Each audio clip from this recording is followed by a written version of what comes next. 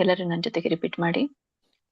ಓಂ ನಮೋ ಭಗವತೆ ವಾಸುದೇವಾಯ. ಓಂ ನಮೋ ಭಗವತೆ ವಾಸುದೇವಾಯ. ಓಂ ನಮೋ ಭಗವತೆ ವಾಸುದೇವಾಯ. ಓಂ ನಮೋ ಭಗವತೆ ವಾಸುದೇವಾಯ. ಓಂ ನಮೋ ಭಗವತೆ ವಾಸುದೇವಾಯ. ಓಂ ನಮೋ ಭಗವತೆ ವಾಸುದೇವಾಯ. ಗುರುವಿಗೆ ಪ್ರಾರ್ಥನೆ. ಓಂ ಅಜ್ಞಾನತಿಮಿರಾಂಧಸ್ಯ ಓಂ ಅಜ್ಞಾನತಿಮಿರಾಂಧಸ್ಯ ಜ್ಞಾನಾಂಜನ ಶಲಾಕಯ ಜ್ಞಾನಾಂಜನಶಲಾಕಯ ಚಕ್ಷುರುನ್ಮಿಲಿತಂ ಯೇನ ಚಕ್ಷುರುನ್ಮಿಲಿತಂ ಯೇನ ತಸ್ಮೈ ಶ್ರೀ ಗುರುವೇ ನಮಃ. ತಸ್ಮೈ ಗುರುವೇ ನಮಃ. ಶ್ರೀಲ ಪ್ರಭುಪಾದರ ಪ್ರಣತಿ. ನಮ ಓಂ ವಿಷ್ಣುಪಾದಾಯ ನಮಃ ವಿಷ್ಣುಪಾದಾಯ ಕೃಷ್ಣ ಪ್ರೇಷ್ಠಾಯ ಭೂತಲೇ ಕೃಷ್ಣಪ್ರೇಷ್ಠಾಯ ಭೂತಲೇ ಶ್ರೀಮತೆ ಭಕ್ತಿ ವೇದಾಂತ ಶ್ರೀಮತಿ ವೇದಾಂತ ಸ್ವಾಮನ್ಯತೆ ನಾಮಿನೇ. ಸ್ವಾಮಿನೇ ನಾಮಿನೇ. ನಮಸ್ತೆ ಸರಸ್ವತೆ ದೇವೆ ನಮಸ್ತೆ ಸರಸ್ವತಿ ದೇವಿ ಗೌರವಾಣಿ ಪ್ರಚಾರಿಣೆ ಗೌರವಾಣಿ ಪ್ರಚಾರಿಣೆ ನಿರ್ವಿಶೇಷ ಶೂನ್ಯವಾದಿ ನಿರ್ವಿಶೇಷ ಶೂನ್ಯವಾದಿ ಪಾಶ್ಚಾತ್ಯ ದೇಶತಾರಿಣೆ ಪಾಶ್ಚಾತ್ಯ ದೇಶತಾರಿಣೆ ನಾರಾಯಣಂ ನಮಸ್ಕೃತ್ಯ ನಾರಾಯಣಂ ನಮಸ್ಕೃತ್ಯ ನರಂ ಚೈವ ನರೋತ್ತಮಂ ನರಂ ಚೈವ ನರೋತ್ತಮಂ ದೇವೀಂ ಸರಸ್ವತೀಂ ವ್ಯಾಸಂ ದೇವೀಂ ಸರಸ್ವತೀಂ ವ್ಯಾಸಂ ತतो ಜಯಮುದೀರಯೇತ್. ತतो ಜಯಮುದೀರಯೇತ್. ಸರ್ವೋಪನಿಷದೋ ಗಾವೋ ಸರ್ವೋಪನಿಷದೋ ಗಾವೋ ಯೋಗ್ಧಾ ಗೋಪಾಲನಂದನಃ ಗೋಪಾಲನಂದನಃ ಪಾರ್ಥೋ ವತ್ಸ ಸುಧೀರ್ಭೋಕ್ತಾ ಪಾರ್ಥೋ ವತ್ಸ ಸುಧೀರ್ಭೋಕ್ತಾ ದುಗ್ಧಂ ಗೀತಾಮೃತಂ ಮಹತ್. ದುಗ್ಧಂ ಗೀತಾಮೃತಂ ಮಹತ್. ವಸುದೇವಸುತಂ ದೇವಂ ವಸುದೇವಸುತಂ ದೇವಂ ಹಂಸಚಾಣೂರಮರ್ದನಂ ಕಂಸಚಾಣೂರಮರ್ದನಂ ದೇವಕೀ ಪರಮಾನಂದಂ ದೇವಕೀ ಪರಮಾನಂದಂ ಕೃಷ್ಣಂ ವಂದೇ ಜಗದ್ಗುರುಂ. ಕೃಷ್ಣಂ ವಂದೇ ಜಗದ್ಗುರುಂ. ಜೈ ಶ್ರೀ ಕೃಷ್ಣ ಚೈತನ್ಯ ಜೈ ಶ್ರೀ ಕೃಷ್ಣ ಚೈತನ್ಯ ಪ್ರಭು ನಿತ್ಯಾನಂದ ಪ್ರಭು ನಿತ್ಯಾನಂದ ಶ್ರೀ ಅದ್ವೈತ ಗದಾಧರ ಶ್ರೀ ಅದ್ವೈತ ಗದಾಧರ ಶ್ರೀವಾಸಾದಿ ಗೌರ ಭಕ್ತ ವೃಂದ ಶ್ರೀವಾಸಾದಿ ಗೌರ ಭಕ್ತ ವೃಂದ. ಹರೇ ಕೃಷ್ಣ ಕೃಷ್ಣ ಕೃಷ್ಣ ಹರೇ ಹರೇ ಹರೇ ರಾಮ ರಾಮ ರಾಮ ಹರೇ ಹರೇ.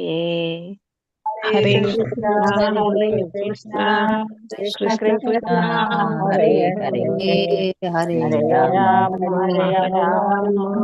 ರಾಮ ರಾಮ ಹರೇ ಹರೇ. ಹರೇ ಕೃಷ್ಣ.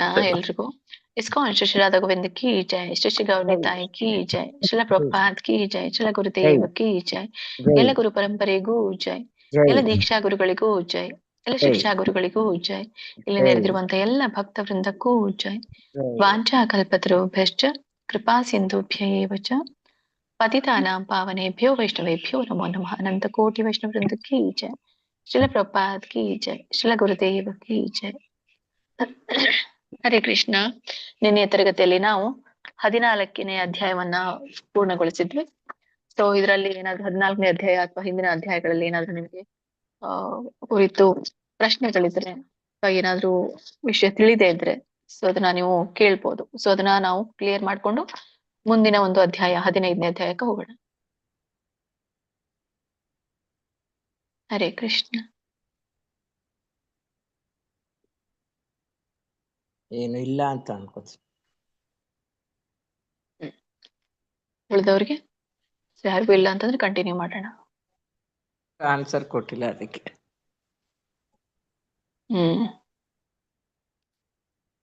ಸರಿ ಮಾಡಿ ಮತ್ತೆ. ಓಕೆ, ಯಾರು ಹ್ಯಾಂಡ್ ರೈಸ್ ಮಾಡಿಲ್ಲ, ಎಲ್ರು ಕ್ಲಿಯರ್ ಆಗಿದೆ ಅನ್ಕೊಳ್ತಾನೆ. ಎಲ್ರು ಸ್ಕಾಲರ್ಸ್ ಇದೀರಾ ಇಲ್ಲಿ. ಕಂಟಿನ್ಯೂ ಮಾಡೋಣ. ಶ್ರೀಮದ್ ಭಗವದ್ಗೀತೆ ಅಧ್ಯಾಯ 15. ಅಥ ಪಂಚದಶೋಧ್ಯಾಯ ಪುರುಷೋತ್ತಮ ಯೋಗ. ಈ ಒಂದು ಅಧ್ಯಾಯ ಪುರುಷೋತ್ತಮ ಯೋಗದ ಕುರಿತಾಗಿ ತಿಳಿಸುತ್ತೆ. ಅಂದ್ರೆ ಹೇಗೆ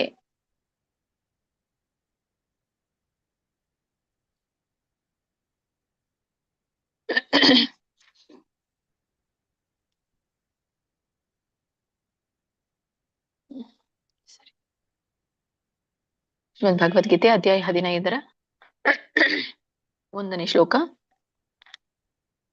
ಶ್ರೀ ಭಗವಾನುವಾಚ ಊರ್ಧ್ವಮೂಲಂ ಅಧಃಶಾಖಂ ಅಶ್ವತ್ಥಂ ಪ್ರಾಹುರವ್ಯಯಂ ಛಂದಾಸಿ ಯಸ್ಯ ಪರ್ಣಾನಿ ಯಸ್ತಂ ವೇದ ಸ ವೇದವಿತ್. ಇದರ ಒಂದು ಉಚ್ಚಾರಣೆ. ಶ್ರೀ ಭಗವಾನುವಾಚ ಊರ್ಧ್ವಮೂಲಂ ಅಧಃಶಾಖಂ, ಮಧಃಶಾಖಂ ಅಥವಾ ಅಧಃಶಾಖಂ. ಇಲ್ಲಿ ಪದಗಳನ್ನ ಬಿಡಿಸಿದಾಗ ಊರ್ಧ್ವ ಮೂಲಂ ಅನ್ನುವಂಥದ್ದು ಒಂದು ಪದ, ಅಧಃಶಾಖಂ ಅನ್ನುವಂಥದ್ದು ಎರಡನೇ ಪದ. ಅಲ್ಲಿ ಮ ಆದ್ಮೇಲೆ ಅ ಸೇರಿಸ್ಬೇಕು. ಸೇರಿಸದೇ ಇದ್ರು ಹಾಗೆ ಹೇಳಿದ್ರು ಒಳ್ಳೇದು. ಊರ್ಧ್ವ ಮೂಲಂ ಅಧಃಶಾಖಂ, ಮಧಃಶಾಖಂ. ಮಧಃಶಾಖಂ ಅಂತ ಹೇಳ್ಬೇಡಿ, ಊರ್ಧ್ವ ಮೂಲಂ ಅಧಃಶಾಖಂ ಕೂಡಿನೇ ಹೇಳ್ಬೇಕು. ಅಥವಾ ನಿಮ್ಗೆ ಕೂಡಿ ಹೇಳಲಿಕ್ಕೆ ಆಗದಿದ್ರೆ ಎರಡು ಪದ ಮಾಡಿ. ಊರ್ಧ್ವ ಮೂಲಂ ಒಂದು ಪದ, ಅಧಃಶಾಖಂ ಎರಡನೇ ಪದ. ಊರ್ಧ್ವ ಮೂಲಂ ಅಧಃಶಾಖಂ. ಅಶ್ವತ್ಥಂ ನೋಡಿ, ಥವಕ್ಕೆ ದೊಡ್ಡ ಥವತ್ತಿದೆ. ಅಶ್ವತ್ಥಂ ಪ್ರಾಹುರವ್ಯಯಂ. ಪ್ರಾಹುರವ್ಯಯನ್ನ ಬಿಡಿಸಿದಾಗ ಪ್ರಾಹು ಅವ್ಯಯಂ ಅನ್ನುವಂಥ ಎರಡು ಪದಗಳಾಗುತ್ತೆ. ಪ್ರಾಹುರವ್ಯಯಂ ಹೇಗೆ ಹೇಳಿ, ಹೇಗಿದೆಯೋ ಹಾಗೆ ಹೇಳಿ, ಕೂಡಿ ಹೇಳಿ. ಛಂದಾಸಿ ದೊಡ್ಡ ಛ ಇದೆ. ಛಂದಾಸಿ, ಛಂದಾಂಸಿ ಅದು. ಛಂದಾಂಸಿ ನಾನು ಕರೆಕ್ಟ್ ಅದು.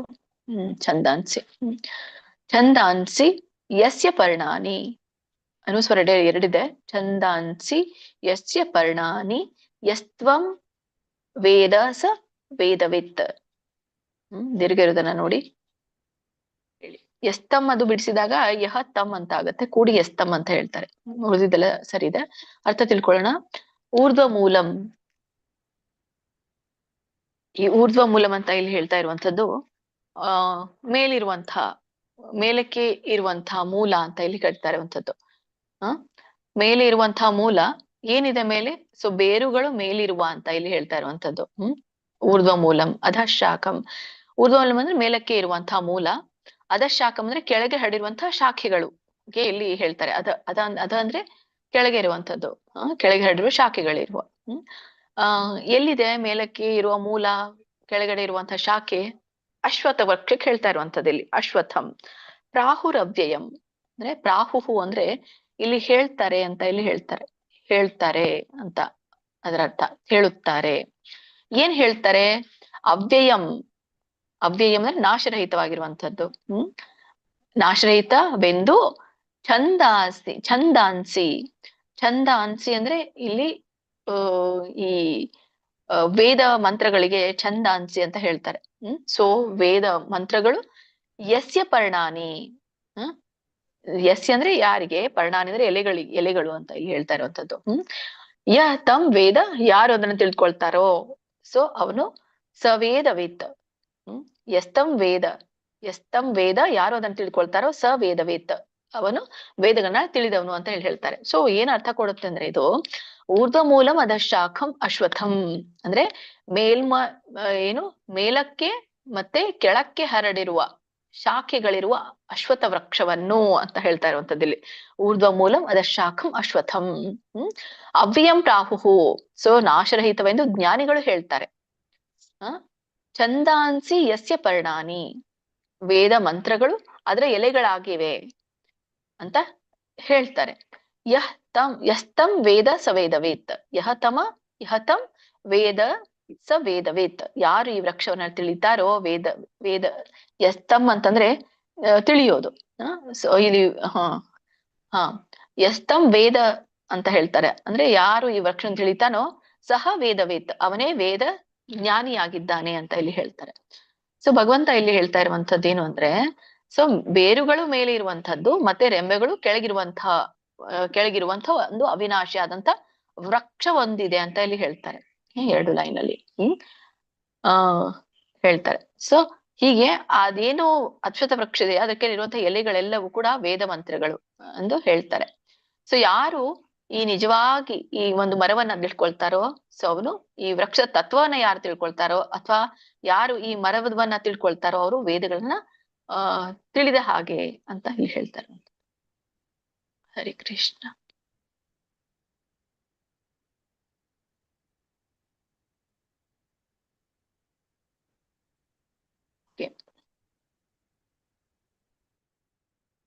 ಮೂರ್ ಜನರು ಹೇಳಿ. ಸುಮಿತ್ರಮ್ಮ, ಲಕ್ಷ್ಮಿ, ಮಲಜಮ್ಮ ಮಾತಾಜಿ. ಹರೇ ಕೃಷ್ಣ ಮಾತಾಜಿ. ಅತ ಪಂಚದಶೋಧ್ಯಾಯಃ ಪುರುಷೋತ್ತಮಯೋಗಃ. ಶ್ರೀಭಗವಾನುವಾಚ ಊರ್ಧ್ವಮೂಲಮಧಃಶಾಖಂ ಅಶ್ವತ್ಥಂ ಪ್ರಾಹುರವ್ಯಯಂ ಛಂದಾಂಸಿ ಯಸ್ಯ ಪರ್ಣಾನಿ ಯಸ್ತಂ ವೇದ ಸ ವೇದವಿತ್. ಹರೇ ಕೃಷ್ಣ ಮಾತಾಜಿ, ಧನ್ಯವಾದಗಳು.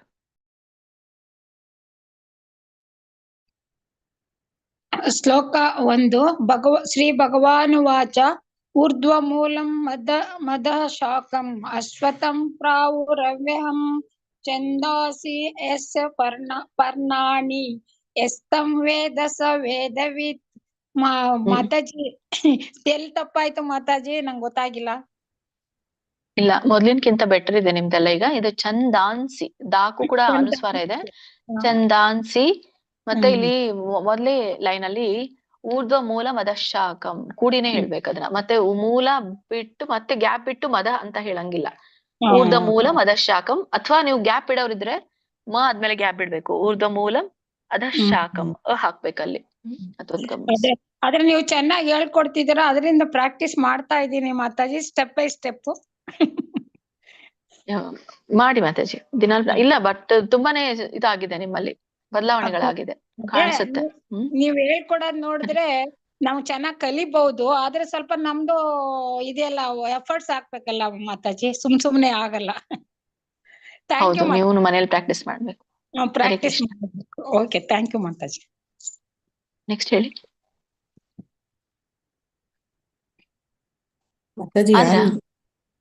ಇಲ್ಲ, ಇಬ್ಬರೇ ಆಗಿದ್ ಮಾತಾಜಿ. ಲಕ್ಷ್ಮೀ ಬಿವಿ ಮಾತಾಜಿನೇ. ಶ್ರೀ ಭಗವಾನುವಾಚ ಊರ್ಧ್ವಮೂಲಂ ಅಧಃಶಾಖಂ ಅಶ್ವತ್ಥಂ ಪ್ರಾಹುರವ್ಯಯಂ ಛಂದಾಂಸಿ ಯಸ್ಯ ಪರ್ಣಾನಿ ಯಸ್ತಂ ವೇದ ಸ ವೇದವಿತ್. ಹರೇ ಕೃಷ್ಣ ಮಾತಾಜಿ, ಧನ್ಯವಾದಗಳು. ಹರೇ ಕೃಷ್ಣ. ಮುಂದಿನ ಶ್ಲೋಕ ಹೋಗೋಣ. ಶ್ರೀಮದ್ ಭಗವದ್ಗೀತೆ ಅಧ್ಯಾಯ 15ರ 2ನೇ ಶ್ಲೋಕ.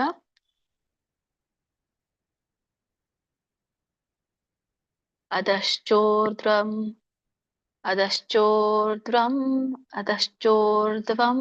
ಪ್ರಸೃತಾಸ್ತಸ್ಯ ಶಾಖಾಃ ಗುಣ ಪ್ರವೃದ್ಧಾ ವಿಷಯ ಪ್ರಬಲಾಃ ಅಧಶ್ಚ ಮೂಲಾನ್ಯನನುಸಂತತಾನಿ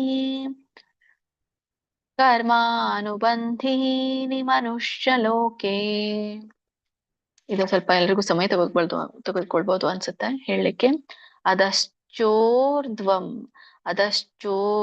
ಪ್ರಸೃತಾಸ್ತಸ್ಯ ಶಾಖಾಃ. ಇದನ್ನ ಬಿಡಿಸಿದಾಗ ಅಧಶ್ಚೋರ್ಧ್ವಂ, ಅಧಃ ಚ ಊರ್ಧ್ವಂ ಅನ್ನುವಂತ 3 ಪದ ಇದೆ. ಅಧಶ್ಚೋರ್ಧ್ವಂ, ದ ಅಟಕಾವಳಿ, ದೀರ್ಘ, ಅನುಸ್ವಾರ ಎಲ್ಲ ಇದೆ. ಅಧಶ್ಚೋರ್ಧ್ವಂ, ಅದಶ್ಚೋರ್ಧ್ವಂ. ಹಾಗೆ ಹೇಳಿ, ಹೇಗಿದೆಯೋ ಹಾಗೆ ಹೇಳಿ. ಪ್ರಸೃತಾಸ್ತಸ್ಯ, ಬಿಡಿಸಿದಾಗ ಪ್ರಸೃತಾಹ ತಸ್ಯ.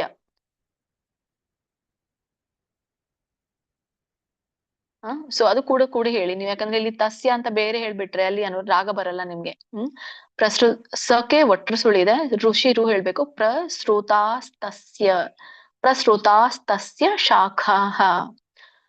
ಆಮೇಲೆ ಗುಣ ಪ್ರವೃದ್ಧಾಹ, ಇಲ್ಲಿ 2 ಪದ ಬರುತ್ತೆ. ಗುಣ ಪ್ರವೃದ್ಧಾಹ ಬಿಡಿಸಿದ್ರೆ ಕೂಡಿನೇ ಹೇಳಿ.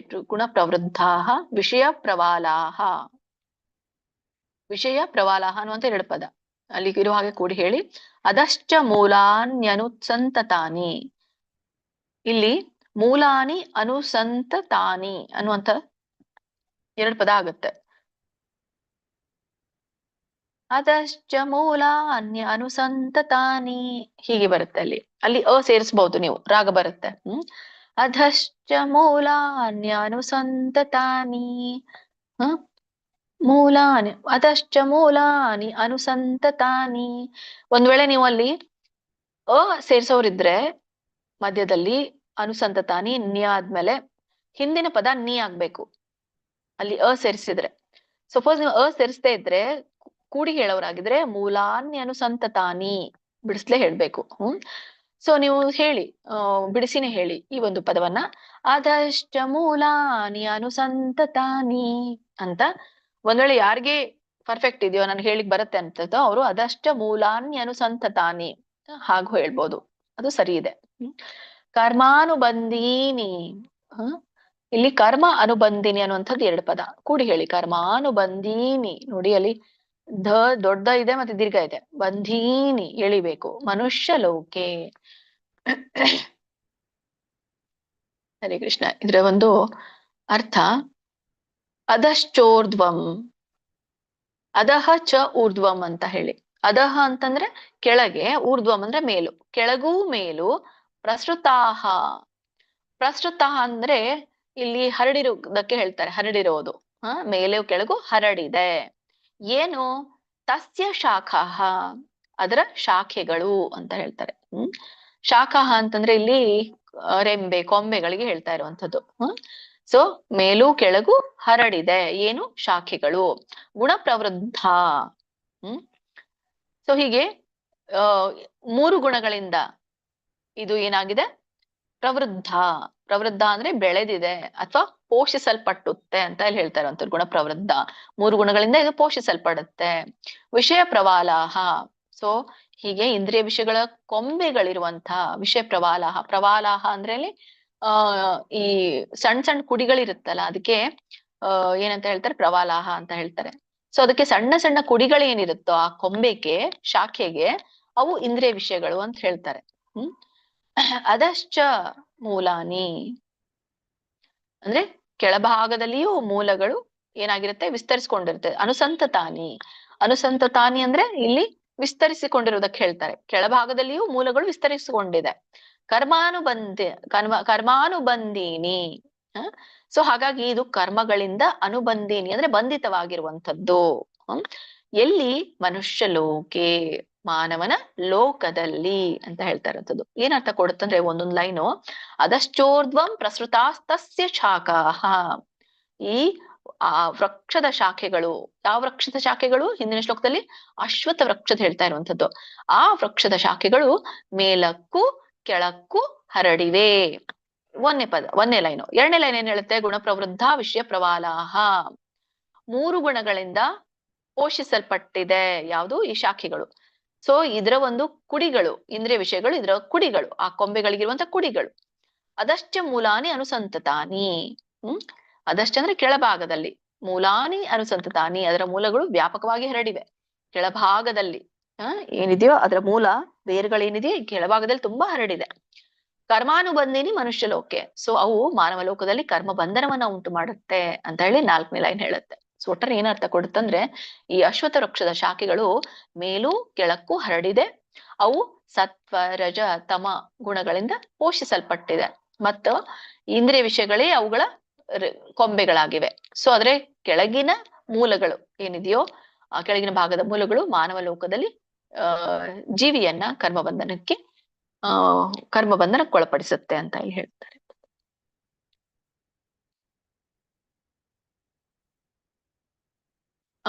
ಯಶೋಧ LB, ಕೃಷ್ಣಮೂರ್ತಿ ಪ್ರಭುಜಿ. ನಿಮ್ದು ನೆಟ್ವರ್ಕ್ ಸರಿ ಇದ್ರೆ ಮಾತ್ರ ಹೇಳಿ ಪ್ರಭುಜಿ, ಇಲ್ಲಾಂದ್ರೆ ನೆಟ್ವರ್ಕ್ ಇರೋ ಜಾಗದಲ್ಲಿ ಬರ್ರಿ. ಮತ್ತೆ ಗಾಯತ್ರಿ ಆರ್ ಮಾತಾಜಿ.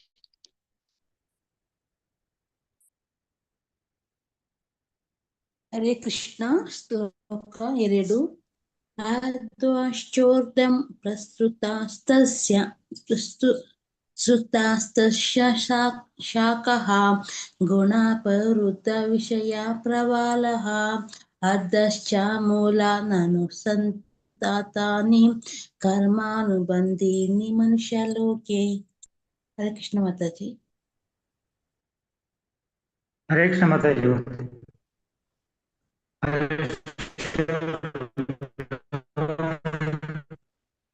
ಇಲ್ಲ, ನಿಮ್ದು ನೆಟ್ವರ್ಕ್ ಪ್ರಾಬ್ಲಮ್ ಇದೆ ಪ್ರಭುಜಿ.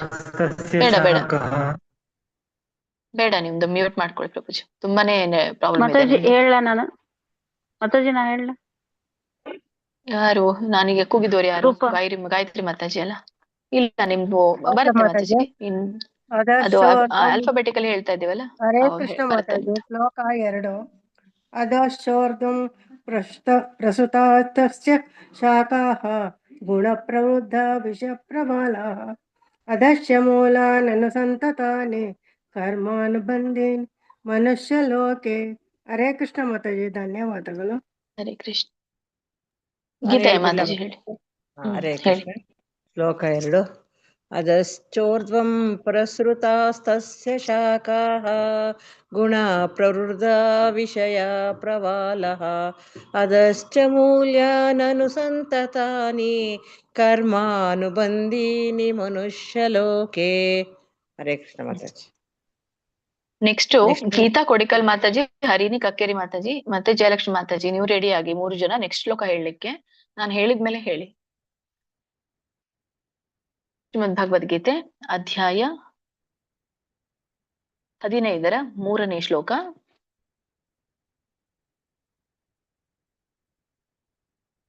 ನ ರೂಪಮಸ್ಯೇಹ ತಥೋಪಲಭ್ಯತೆ ನಾಂತೋ ನ ಚಾದಿರ್ನ ಚ ಸಂಪ್ರತಿಷ್ಠಾ ಅಶ್ವತಃ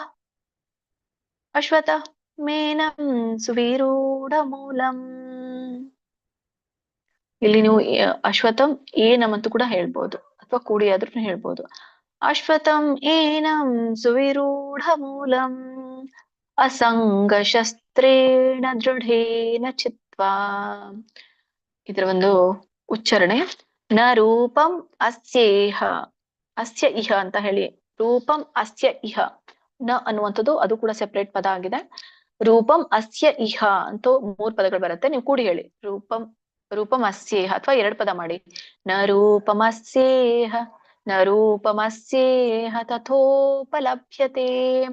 ತಥೋಪಲಭ್ಯತೆ, ಇಲ್ಲಿ ತಥಾ ಉಪಲಭ್ಯತೆ ಅನ್ನುವಂಥದ್ದು 2 ಪದಗಳು ಬರುತ್ತೆ. ಕೂಡಿ ಹೇಳಿ. ತಥೋಪಲಭ್ಯತೆ. ನಾಂತೋ ನ ಚಾದಿರ್ನ ಚ ಆದಿಹಿ ನ ಅಂತ ಬರುತ್ತೆ. ಕೂಡಿ ಚಾದಿರ್ನ ಚ ಸಂಪ್ರತಿಷ್ಠಾ. ಕೂಡಿ ಹೇಳಿ. ಅಶ್ವತಂ ಏನಂ. ಅಶ್ವತಂ ಏನಂ ಬಿಡಿಸಿ ಹೇಳಿ. ಯಾಕಂದ್ರೆ ಎಲ್ಲರಿಗೂ ರಾಗ ಬರೋದಿಲ್ಲ ಅಲ್ಲಿ. ಅಶ್ವತಂ ನ ಚಾದಿರ್ನ ಸಂಪ್ರತಿಷ್ಠ ನ ರೂಪಮಸ್ಯೇಹ ತಥೋಪಲಭ್ಯತೆ ತೋ ನ ಚಾದಿರ್ನ ಚ ಸಂಪ್ರತಿಷ್ಠಾ ಅಶ್ವತಂ ಏನಂ ಸುವಿರೂಢಮೂಲಂ. ಹೀಗೆ ಅಶ್ವತ್ಥಮೇನಂ ಸುವಿರೂಢಮೂಲಂ. ಹೀಗೆ ಅಲ್ಲಿ ಅಶ್ವತ್ಥಂ ಏನಂ ಅನ್ನುವಂತ 2 ಪದ ಮಾಡಿ. ಸುವಿರೂಢ ಮೂಲಂ. ಇಲ್ಲಿ ಸುವಿರೂಢ 1 ಪದ, ಮೂಲಂ 1 ಪದ. ಕೂಡಿ ಹೇಳಿ. ಸುವಿರೂಢ ಮೂಲಂ ಅಸಂಗ ಶಸ್ತ್ರೇಣ ದೃಢೇನ ಚಿತ್ವಾ. ತುಂಬಾನೇ ಒತ್ತಕ್ಷರ ದೀರ್ಘ ಇದೆ, ಗಮನಿಸಿ ಓದಿ. ಇದರ ಒಂದು ಅರ್ಥ ತಿಳ್ಕೊಂಡ್ ಬರೋಣ.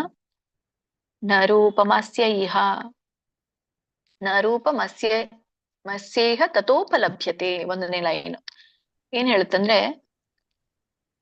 ಇದರ ಒಂದು ನಿಜವಾದ ರೂಪ ಏನಾಗುತ್ತೆ? ನ ರೂಪಮಸ್ಯೇಹ. ಸೊ ಇದ್ರೊಂದು ನಿಜವಾದ ರೂಪ ತಥಾ ಉಪಲಭ್ಯತೆ. ಅಂದ್ರೆ ಉಪಲಭ್ಯತೆ, ಇಲ್ಲಿ ಉಪಲಭ್ಯತೆ ಅಂತ ಹೇಳ್ತಾ ಇರುವಂತದ್ದು ಕಾಣೋದಕ್ಕೆ ಉಪಲಭ್ಯತೆ ಅಂತ ಹೇಳ್ತಾರೆ. ಕಾಣದೇ ಇರೋದಕ್ಕೆ ನ ಉಪಲಭ್ಯತೆ ಅಂತ ಹೇಳಿ ಕರೀತಾರೆ. ಅದಕ್ಕಾಗಿ ಫಸ್ಟ್ ಸ್ಟಾರ್ಟಿಂಗ್ ಅಲ್ಲಿ ಇರುವಂತದ್ದು ನ ಅಲ್ಲ. ಸೊ ಹೀಗೆ ಇದರ ನಿಜವಾದ ರೂಪ ಇಲ್ಲಿ ಸ್ಪಷ್ಟವಾಗಿ ಕಾಣೋದಿಲ್ಲ ಅಂತ ಹೇಳಿ ಹೇಳುತ್ತೆ ಫಸ್ಟ್ ಲೈನ್. ಎಲ್ಲಿ ಕಾಣೋದಿಲ್ಲ? ಈ ಲೋಕದಲ್ಲಿ. ಈ ಲೋಕದಲ್ಲಿ ಇದರ ಅಂದ್ರೆ ಯಾವ್ದ್ರದ್ದು? ಅಶ್ವತ್ಥ ವೃಕ್ಷದ್ದು. ಸೊ ಈ ಲೋಕದಲ್ಲಿ ಇದರ ಒಂದು ನಿಜ ಸ್ವರೂಪ ಸ್ಪಷ್ಟವಾಗಿ ಗೋಚರಿಸೋದಿಲ್ಲ. ಮೊದಲನೇ ಲೈನು ನಾಂತೋನ ಚಾದಿರ್ನ ಚ ಸಂಪ್ರತಿಷ್ಠ. ಇಲ್ಲಿ ನ ಅಂತಹ, ನಾಂತೋ ಅಂದ್ರೆ ನ ಅಂತಹ ಅಂತ ಎರಡು ಪದ ಇರುತ್ತೆ. ನ ಅಂತಹ ಅಂದ್ರೆ ಇದಕ್ಕೆ ಅಂತ್ಯನೂ ಇಲ್ಲ. ನ ಚ ಆದಿಹಿ, ನ ಚಾದಿರ್ನ ಅಂತ ಇದೆಯಲ್ಲ, ನ ಚ ಆದಿಹಿ, ಆದಿಯೂ ಇಲ್ಲ. ಚ ಸಂಪ್ರತಿಷ್ಠ, ಮತ್ತು ಅದಕ್ಕೆ ಸಂಪ್ರತಿಷ್ಠ ಅಂತ ಇಲ್ಲಿ ಹೇಳ್ತಾ ಇರುವಂತದ್ದು ಈ ಒಂದು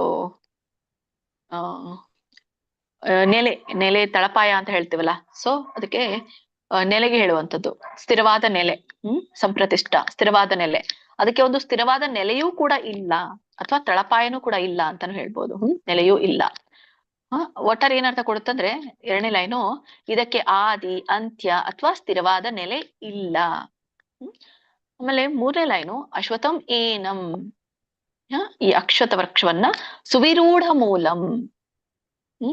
ಸುವಿರೂಢ ಮೂಲಂ ಅಂದ್ರೆ ಈ ಸುವಿರೂಢ ಅಂತ ಕರೀತಾರೆ. ಅಂದ್ರೆ ತುಂಬಾನೇ ಬಲವಾಗಿರುವಂಥದ್ದು. ಸೊ ತುಂಬಾನೇ ಬಲವಾಗಿರುವಂಥದ್ದು ಏನಿದೆ? ಮೂಲಂ. ಮೂಲಂ ಅಂದ್ರೆ ಇದು ಬೇರಕ್ಕೆ ಹೇಳ್ತಾ ಇರುವಂತದ್ದು. ಅಶ್ವತ್ಥ ವೃಕ್ಷದ ಬೇರು, ಗಾಢವಾಗಿ ಬೇರು ಬಿಟ್ಟಿರುವಂತ ಈ ಅಶ್ವತ್ಥ ವೃಕ್ಷ ಅಂತ ಹೇಳ್ತಾರೆ ಇಲ್ಲಿ. ಅಶ್ವತ್ಥಮೇನಂ ಸುವಿರೂಢ ಮೂಲಂ, ಗಾಢವಾಗಿ ಬೇರು ಬಿಟ್ಟಿರುವ ಈ ಅಶ್ವತ್ಥ ವೃಕ್ಷವನ್ನು ಅಸಂಗ ಶಸ್ತ್ರೇಣ ದೃಢೇನ ಚಿತ್ವ. ಹೀಗೆ ಈ ವೃಕ್ಷವನ್ನ ಹೇಗೆ ಇದು ಮಾಡ್ಬೋದು ಅನ್ನೋದನ್ನ ಈ ಎಂಡಿಗೆ ಲೈನ್ ಅಲ್ಲಿ ಹೇಳ್ತಾರೆ. 4ನೇ ಲೈನ್ ಅಲ್ಲಿ ಅಸಂಗ ಶಸ್ತ್ರೇಣ. ಅಸಂಗ ಅಂದ್ರೆ ಈ ಒಂದು ಆಸಕ್ತ ರಹಿತ ಅಥವಾ ಆಸಕ್ತಿ ಇಲ್ಲದ ಒಂದು ಬಲವಾದ ಶಸ್ತ್ರದಿಂದ ಕತ್ತರಿಸಬಹುದು ಅಂತ ಇಲ್ಲಿ ಹೇಳ್ತಾರೆ. ಅದಕ್ಕೆ ಅನಾಸಕ್ತಿಯ ಶಸ್ತ್ರ ಅಂತ ಕೂಡ ಕರೀತಾರೆ.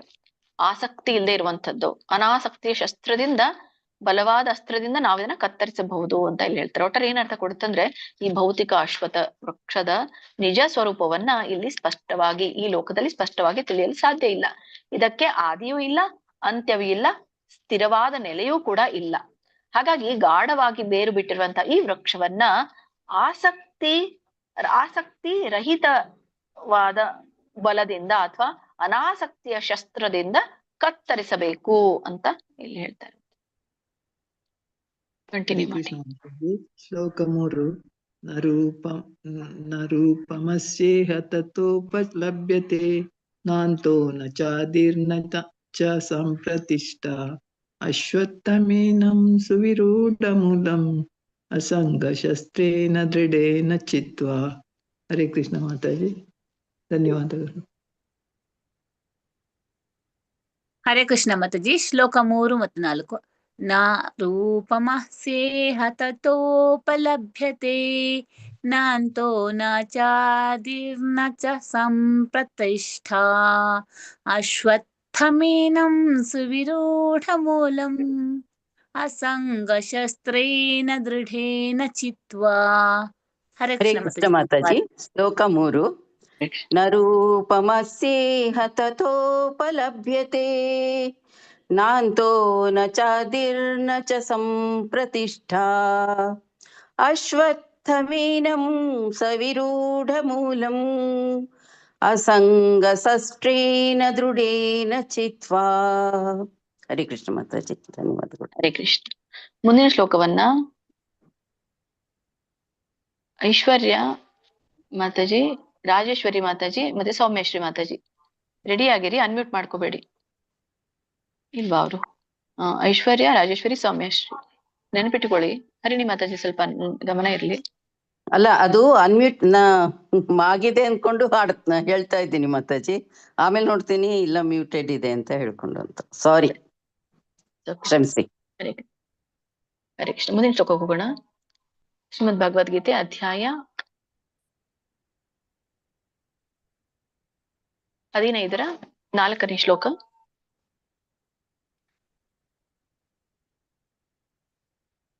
ತತಃ ಪದಂ ತತ್ ಪರಿಮಾರ್ಗಿತವ್ಯಂ ಯಸ್ಮಿನ್ ಗತಾ ನ ನಿವರ್ತಂತಿ ಭೂಯಃ ತಮೇವ ಚಾದ್ಯಂ ಪುರುಷಂ ಪ್ರಪದ್ಯೆ ಯತಃ ಪ್ರವೃತ್ತಿ ಪ್ರಸೃತಾ ಪುರಾಣಿ.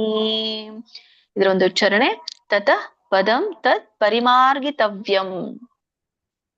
ಇಲ್ಲಿ ಪರಿಮಾರ್ಗಿತವ್ಯಂ ಒಂದು ಪದ ಆಗುತ್ತೆ. ಮಾರ್ಗಿತವ್ಯಂ. ಆಮೇಲೆ ಯಸ್ಮಿನ್ ಗತಾ ನ ನಿವರ್ತಂತಿ ಭೂಯಃ. ನೋಡಿ ಎಲ್ಲಿ ವ್ಯಂಜನ ಇದೆ ಅಲ್ಲಿ ಅಲ್ಪವಾಗಿ ಹೇಳ್ಬೇಕು ನೀವು. ನಿವರ್ತಂತಿ ಭೂಯಃ ತಮೇವ. ಇಲ್ಲಿ ಓಕೆ, ತಮ್ ಏವ ಅಂತ. ತಮೇವ ಅಂದ್ರೆ ಬಿಡಿಸಿದಾಗ ತಮ್ ಏವ ಚಾದ್ಯಂ ಚ ಆದ್ಯಂ ಪುರುಷಂ ಪ್ರಪದ್ಯೆ. ಹೇಗಿದೆಯೋ ಹಾಗೆ ಹೇಳಿ. ಯತಃ ಪ್ರವೃತ್ತಿ ಪ್ರಸೃತಾ ಪುರಾಣಿ. ಸೋಕೆ ನೋಡಿ ಒಟ್ಟು ಸುಳಿ ಇರೋದ್ರೆ ಋಷಿರು ಹೇಳ್ಬೇಕು. ಪ್ರಸೃತ. ಸೊ ಇದ್ರೊಂದು ಉಚ್ಚಾರಣೆನ ತಿಳ್ಕೊಂಡು ಇದ್ರೊಂದು ಅರ್ಥನ ತಿಳ್ಕೊಳ್ಳೋಣ.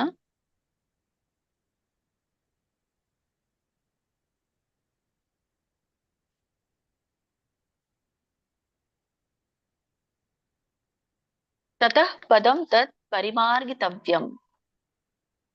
ಇಲ್ಲಿ ತತಃ ಅಂತಂದ್ರೆ ನಂತರ ಅಂತ ಹೇಳ್ತಾ ಇರುವಂತದ್ದು. ನಂತರ ಪದಂ ತತ್. ಈ ಒಂದು ಪದಂ ಅಂದ್ರೆ ಈ ಸ್ಥಿತಿಯನ್ನ ಹೇಳ್ತಾ ಇರುವಂತದ್ದು. ಸ್ಥಿತಿ ಅಥವಾ ಪರಮಸ್ಥಾನ ಅಂತ ಹೇಳ್ತಾ ಇರುವಂತದ್ದು. ಪರಿಮಾರ್ಗಿತವ್ಯಂ. ಆ ಪರಿಮಾರ್ಗಿತವ್ಯ ಅಂತಂದ್ರೆ ಅದನ್ನ ಹುಡುಕ್ಬೇಕು ಅಂತ ಇಲ್ಲಿ ಹೇಳ್ತಾ ಇರುವಂತದ್ದು. ಆ ಒಂದು ಪರಮಸ್ಥಾನವನ್ನ ಹುಡುಕ್ಬೇಕು ಅಂತ ಹೇಳ್ತಾ ಇರುವಂತದ್ದು. ಒಟ್ಟಾರೆ ಏನ್ ಅರ್ಥ ಕೊಡುತ್ತಂದ್ರೆ ಈ ಹಿಂದಿನ ಒಂದು ಶ್ಲೋಕಕ್ಕೆ ಏನ್ ಹೇಳ್ತಾ ಇರುವಂತದ್ದು, ಆ ಭೌತಿಕ ವೃಕ್ಷದ ಕುರಿತಾಗಿ ಹೇಳ್ತಾ ಇರುವಂತದ್ದು. ಅದನ್ನ ಕತ್ತರಿಸಬೇಕು ಅಂತ ಹೇಳ್ತಾರೆ. ಎದರಿಂದ? ಅನಾಸಕ್ತ ಶಸ್ತ್ರದಿಂದ ಕತ್ತರಿಸಬೇಕು ಅಂತ. ಹಾಗೆ ಇಲ್ಲಿ ಈ ಭೌತಿಕ ವೃಕ್ಷವನ್ನ ಕತ್ತರಿಸಿದ ನಂತರ, ಯಾಕೆ ನಂತರ ಬಂತಿಲ್ಲಿ ತತಃ ಅಂತ ಯಾಕೆ ಹೇಳ್ತಾ ಇರುವಂತದ್ದು? ನಂತರ ಕತ್ತರಿಸಿದ ನಂತರ ಆ ಪರಮಸ್ಥಾನವನ್ನ ಹುಡುಕಬೇಕು. ತತಃ ಪರಿಮಾರ್ಗಿತವ್ಯಂ ಅಂತ ಹೇಳ್ತಾ ಇರುವಂತದ್ದು. ಆಮೇಲೆ ಯಸ್ಮಿನ್ ಗತಾನ ನಿವರ್ತಂತಿ ಭೂಯಃ. ಯಸ್ಮಿನ್ ಅಂದ್ರೆ ಯಸ್ಮಿನ್ ಗತಾಹ. ಆಮೇಲೆ ಆ ಸ್ಥಾನವನ್ನ ಪಡೆದ ನಂತರ, ಇಲ್ಲಿ ಅದೇನ್ ಹೇಳ್ತಾ ಇರುವಂತದ್ದು? ಪರಮಸ್ಥಾನವನ್ನ ಹೇಳ್ತಾ ಇರುವಂತದ್ದು. ಅಂದ್ರೆ ಆ ಪರಮಸ್ಥಾನ, ಆ ಸ್ಥಾನ ಯಾವ್ದು ಅನ್ನೋದನ್ನ ಆಮೇಲೆ ನೋಡೋಣ.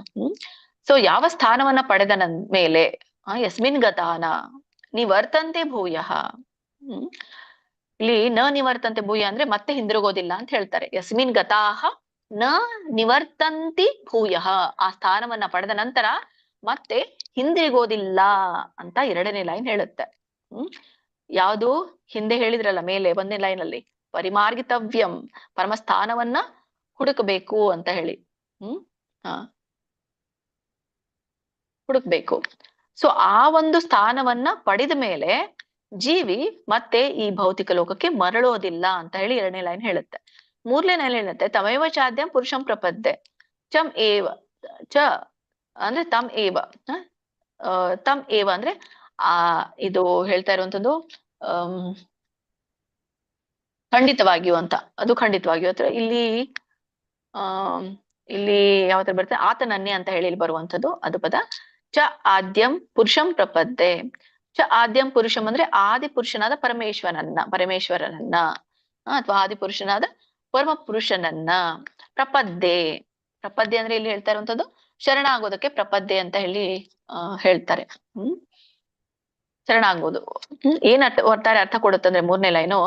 ಸೊ ಆ ಆದಿ ಪುರುಷನಾದ ಪರಮೇಶ್ವರನಿಗೆ ಸಂಪೂರ್ಣವಾಗಿ ಶರಣಾಗಬೇಕು. ಆದಿಪುರುಷನಾದಂತ ಕೃಷ್ಣನಿಗೆ ನಾವು ಸಂಪೂರ್ಣವಾಗಿ ಶರಣಾಗಬೇಕು ಅಂತ ಹೇಳಿ ಇಲ್ಲಿ ಹೇಳುತ್ತೆ. ಯತಃ ಪ್ರವೃತ್ತಿ ಪ್ರಸೃತಾ ಪುರಾಣಿ. ಯತಃ ಅಂದ್ರೆ ಯಾರಿಂದ? ಪ್ರವೃತ್ತಿ ಪ್ರಸೃತ. ಪ್ರವೃತ್ತಿ ಅಂದ್ರೆ ಪ್ರಾರಂಭವಾಗಿರುವಂಥದ್ದು. ಪ್ರಸೃತ ಅಂದ್ರೆ ಅದು ವಿಸ್ತರಣೆಗೊಳ್ಳುವಂಥದ್ದು. ಪ್ರಾರಂಭ ವಿಸ್ತರಣೆಗೊಳ್ಳುವಂಥದ್ದು ಅಂತ. ಹರಡಿದೆ ಅಂತ ಅರ್ಥ. ಏನು? ಪುರಾಣಿ. ಸೊ ಈ ಪುರಾತನ ಸೃಷ್ಟಿ ಹರಡಿದೆ ಅಂತ ಹೇಳಿ ಹೇಳ್ತಾರೆ. ಅಂದ್ರೆ ಯತಃ ಪ್ರವೃತ್ತಿ ಪ್ರಸೃತಾ ಪುರಾಣಿ. ಯಾರಿಂದ ಈ ಪುರಾತನವಾದಂತ ಈ ಭೌತಿಕ ಸೃಷ್ಟಿಯ ಪ್ರಾರಂಭ ಮತ್ತು ವಿಸ್ತಾರವಾಗಿದೆ ಅಥವಾ ಪ್ರಾರಂಭವಾಗಿದೆ ಅವನಿಂದ ಅಂತ ಹೇಳ್ತಾ ಇರುವಂತದ್ದು. ಸೊ ಇದ್ರ ಅರ್ಥ ಏನ್ ಕೊಡುತ್ತೆ ಅಂದ್ರೆ ಈ ಭೌತಿಕ ಅಶ್ವತ್ಥ ವೃಕ್ಷವನ್ನ ಈ ಒಂದು ಅನಾಸಕ್ತ ಶಸ್ತ್ರದಿಂದ ಕತ್ತರಿಸಿದ ನಂತರ ಜೀವಿಯು ಆ ಪರಮಧಾಮವನ್ನ ಹುಡುಕ್ಬೇಕು. ಸೊ ಅದನ್ನ ತಲುಪಿದ ಮೇಲೆ ಮತ್ತೆ ಈ ಲೋಕಕ್ಕೆ ಮರಳುವ ಅಗತ್ಯ ಇಲ್ಲ. ಆ ಪುರಾತನ ಸೃಷ್ಟಿಯ ಮೂಲವಾಗಿರುವಂತಹ ಈ ಆದಿ ಪುರುಷನಾದ ಶ್ರೀ ಭಗವಂತನಿಗೆ ಸಂಪೂರ್ಣ ಶರಣಾಗಬೇಕು ಅನ್ನೋದನ್ನ ಇಲ್ಲಿ ಶ್ಲೋಕದಲ್ಲಿ ಹೇಳ್ತಾರೆ. ಅಂದ್ರೆ ಅನಾಸಕ್ತಿ ವಿಷಯದನ್ನ ಕಟ್ ಮಾಡಿದ್ಮೇಲೆ, ಕತ್ತರಿಸಿದ್ಮೇಲೆ ಏನ್ ಮಾಡ್ಬೇಕು ಅಂದ್ರೆ ಇದೇ ಗುರಿ ಅಂತ ಇಲ್ಲಿ 4ನೇ ಶ್ಲೋಕದಲ್ಲಿ ಹೇಳ್ತಾರೆ. ಸೊ ನಾನು ಅವಾಗ ಯಾರ ಹೆಸರು ಕೂಗಿದ್ನೋ ಅವ್ರು ಹೇಳಿ 3 ಜನ ಮಾತಾಜಿ.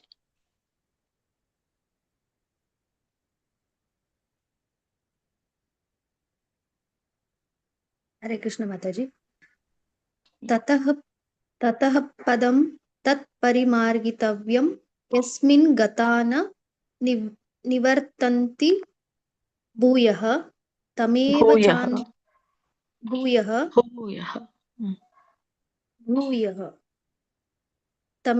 ಚಾಂದ್ಯಂ ಪುರುಷಂ ಪ್ರಪದ್ಯೆ ಯತಃ ಪ್ರವೃತ್ತಿಃ ಪ್ರಸೃತ ಪುರಾಣಿ. ಹರೇ ಕೃಷ್ಣ ಮಾತಾಜಿ, ಧನ್ಯವಾದಗಳು. ಹರೇ ಕೃಷ್ಣ ಮಾತಾಜಿ. ಶ್ಲೋಕ 4.